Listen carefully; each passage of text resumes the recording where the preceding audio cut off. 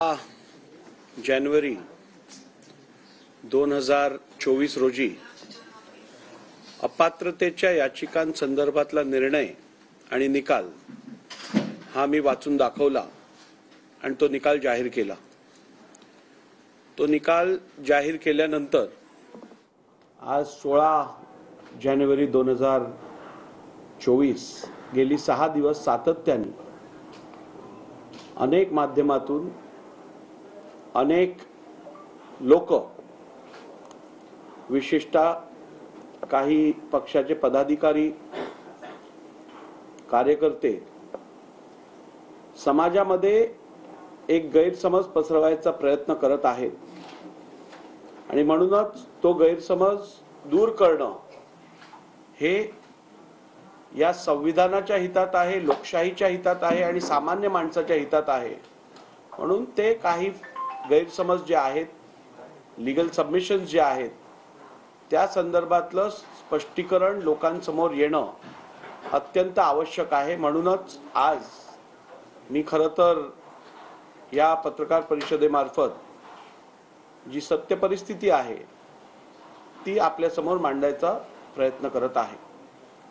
खरं तर निकाल दिल्यानंतर हे स्पष्टीकरण द्यायची गरज नाही आणि तसं असतानाही माझ्या मते लोकांमध्ये जर ह्या संविधानिक संस्थेविषयी अथवा संविधानिक पदावरती विराजमान असलेल्या व्यक्तीविषयी गैरसमज पसरवला गेला तर ते लोकशाही, संसदीय लोकशाहीसाठी योग्य नव्हे। तसं कृत्य हे या संस्थेच्या म्हणजे विधिमंडळाच्या अस्मितेसाठी योग्य नाही आणि म्हणूनच आज आपण ही पत्रकार परिषद घेत आहोत। आज खरं तर मला असं समजतं की शिवसेना उद्धव बाळासाहेब ठाकरे गटाने एक पत्रकार परिषद घेतली।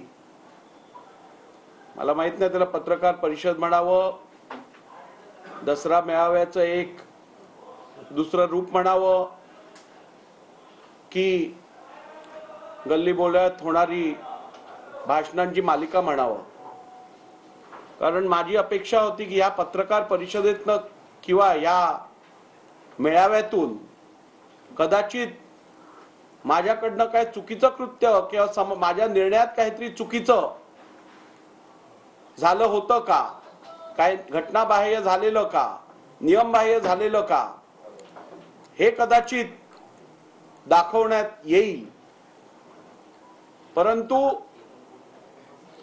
राजकीय भाषणं आणि केवळ संविधानिक संस्थांविषयी चुकीचे शब्द वापरणं, शिवीगाळ करणं या व्यतिरिक्त काही एक झालं नाही। राज्यपाल फालतू माणूस आहे। राज्यपाल ही एक संविधानिक संस्था आणि पद आहे, त्यांच्याबद्दल असे उद्गार वापरले गेले। सुप्रीम कोर्ट यांच्याबद्दलही टेंबू असा शब्द वापरण्यात आला। अध्यक्षांचं तर प्रेम दिसूनच आलं किती आहे अध्यक्षांविषयी। त्यांच्याबद्दल जे काय म्हटलं गेलंय ते आपण सर्वांनी ऐकलं।